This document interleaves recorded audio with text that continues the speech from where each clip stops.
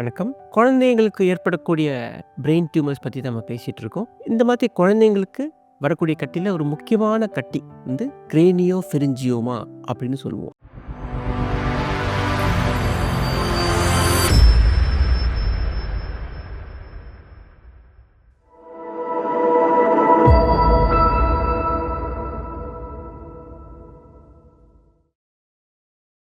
அந்த கிரேனியோஃபெரிஞ்சியோமா கட்டி அப்படின்னா என்ன அப்படின்னு பார்த்தோம்னா, இந்த பிட்யூட்டரி கிளாண்ட் நம்ம சொல்லி இந்த பிட்யூட்டரி அடினோமா வந்து பெரியவங்களுக்கு வரும். இந்த பிட்யூட்டரி கிளாண்டுக்கு மேலே இந்த கிரேனியோஃபெரிஞ்சியோமாங்கிற கட்டி வந்து வளரும். அந்த கட்டி வந்து சிஸ்டிக், அதாவது தண்ணி நீருக்கு பதமாக இருக்கும், இல்லைன்னா சாலிடாக இருக்கும், சுண்ணாம்பு படிஞ்சிருக்கும், கால்சிஃபிகேஷன் அப்படின்னு.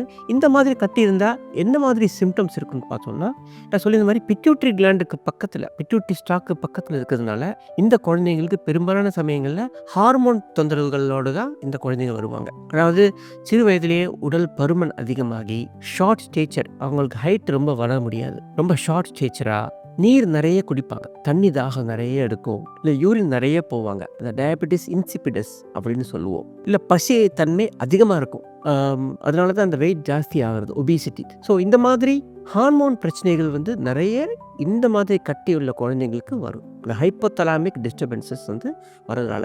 ஸோ அதை வச்சு தான் நம்ம வந்து அந்த கட்டியை கண்டுபிடிப்போம். சில சமயங்களில் இந்த கட்டி வந்து கண்ணு நரம்பை சுற்றி வளரும். அப்போது கண் நரம்பு பிரச்சனை வந்து அதனாலையும் இந்த கட்டி வந்து வரலாம். சில சமயங்களில் இந்த கட்டி கொஞ்சம் பெருசாகி நீர் தொட்டியை அடைக்கும்போது தலைவலி வாந்தியை வந்து இந்த குழந்தைங்க வருவாங்க. இந்த மாதிரி பலதரப்பட்ட சிம்டம்ஸோட இந்த கிரேனியோஃபெரிஞ்சியோமாங்கிற கட்டி வந்து சிம்டம்ஸ் குழந்தைங்களை கூட்டிகிட்டு வருவாங்க. இப்போ இந்த கிரேனியோஃபெரிஞ்சியோமா நல்ல கட்டியாக கேன்சர் கட்டின்னு பார்த்தோம்னா, இது கேன்சர் கிடையாது, இது பினேன், இது நல்ல கட்டி தான். ஆனாலும் இந்த நல்ல கட்டி திரும்பவும் வளர்கிறதுக்கான வாய்ப்பு இருக்குது, அதாவது ரெக்கரன்ஸ். அதனால இந்த கட்டி நம்ம எந்த மாதிரி நம்ம ட்ரீட்மெண்ட் பண்ணுவோம் அப்படின்னு பார்த்தோம்னா, எங்கே வளர்ந்துருக்கு லொக்கேஷன் பார்ப்போம். அதாவது இந்த கட்டி வந்து சொன்னேன் இல்லையா, அந்த பிட்யூட்டரி கிளாண்டுக்கு மேலே.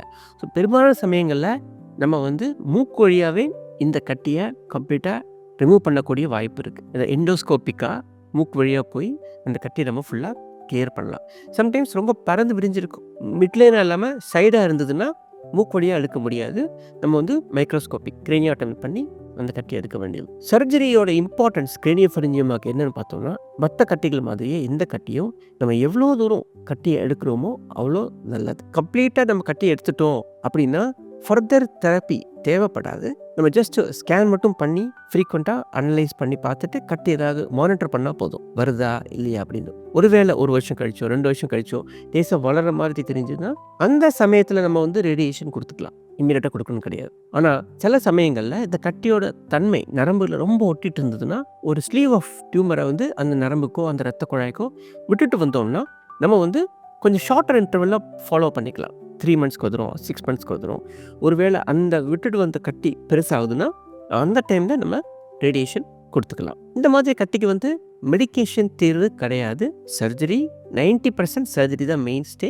கட்டி வளர்கிற மாதிரி இருந்தது சர்ஜரிக்கு அப்புறம்னா நம்ம வந்து ரேடியேஷன் கொடுத்துக்கலாம். ஆனால் மெடிக்கல் ட்ரீட்மெண்ட் இந்த கட்டிக்கு ஏன் கொடுக்குறோம் அப்படின்னா, கட்டிக்காக கிடையாது, ஹார்மோன் பிரச்சனை. இந்த மாதிரி கட்டி குழந்தைங்களுக்கு நிறைய ஹார்மோன் பிரச்சனைகள் கொடுக்கும். நான் சொல்லியிருந்தேன், உடல் பருமனாக இருப்பாங்க, தைராய்டு கம்மியாக இருக்கும், யூரின் நிறைய போகும், தண்ணி தாகம் நிறைய இருக்கும், ரொம்ப சோர்வாக இருப்பாங்க.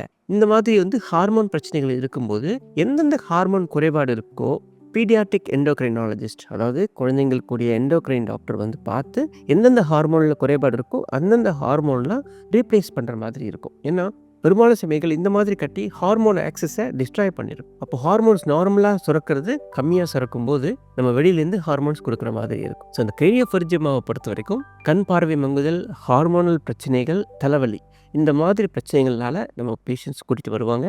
ஸ்கேன் பண்ணி பார்த்துட்டு இந்த மாதிரி கட்டியை மூக்கு வழியாக பண்ணலாமா இல்லை தலை வழியாக பண்ணலாமாங்கிறத ஸ்கேனை பார்த்து டிசைட் பண்ணுவோம். பெரும்பாலான சமயங்களில் இது மூக்கு வழியாகவே இந்த கட்டியை எடுத்துடலாம். எவ்வளோ கட்டியை பாதுகாப்பாக எடுக்கிறோமோ அவ்வளோ நல்லது. ஏன்னா கட்டியை எடுக்கிறதுனா ஃபர்தர் தெரப்பி நம்ம அவாய்ட் பண்ணிக்கலாம். ஒருவேளை எடுக்க முடியாத பட்சத்தில் சின்னதாக விட்டுட்டு வர மாதிரி இருந்ததுன்னா அந்த கட்டிக்கு நம்ம க்ளோஸர் ஃபாலோ பண்ணி வளர சமயத்தில் ரேடியேஷன் மாதிரி கொடுக்க வேண்டிய சூழ்நிலை வரும். சர்ஜரிக்கு அப்புறமா ஹார்மோன் குறைபாடுகள் என்னென்னு பார்த்து அந்த ஹார்மோனும் நம்ம சேர்த்து கொடுக்குற மாதிரி இருக்கும். இதுதான் வந்து கிரேனியோஃபெரிஞ்சியோமாங்கிற கட்டியை பற்றியோட தகவல். நன்றி.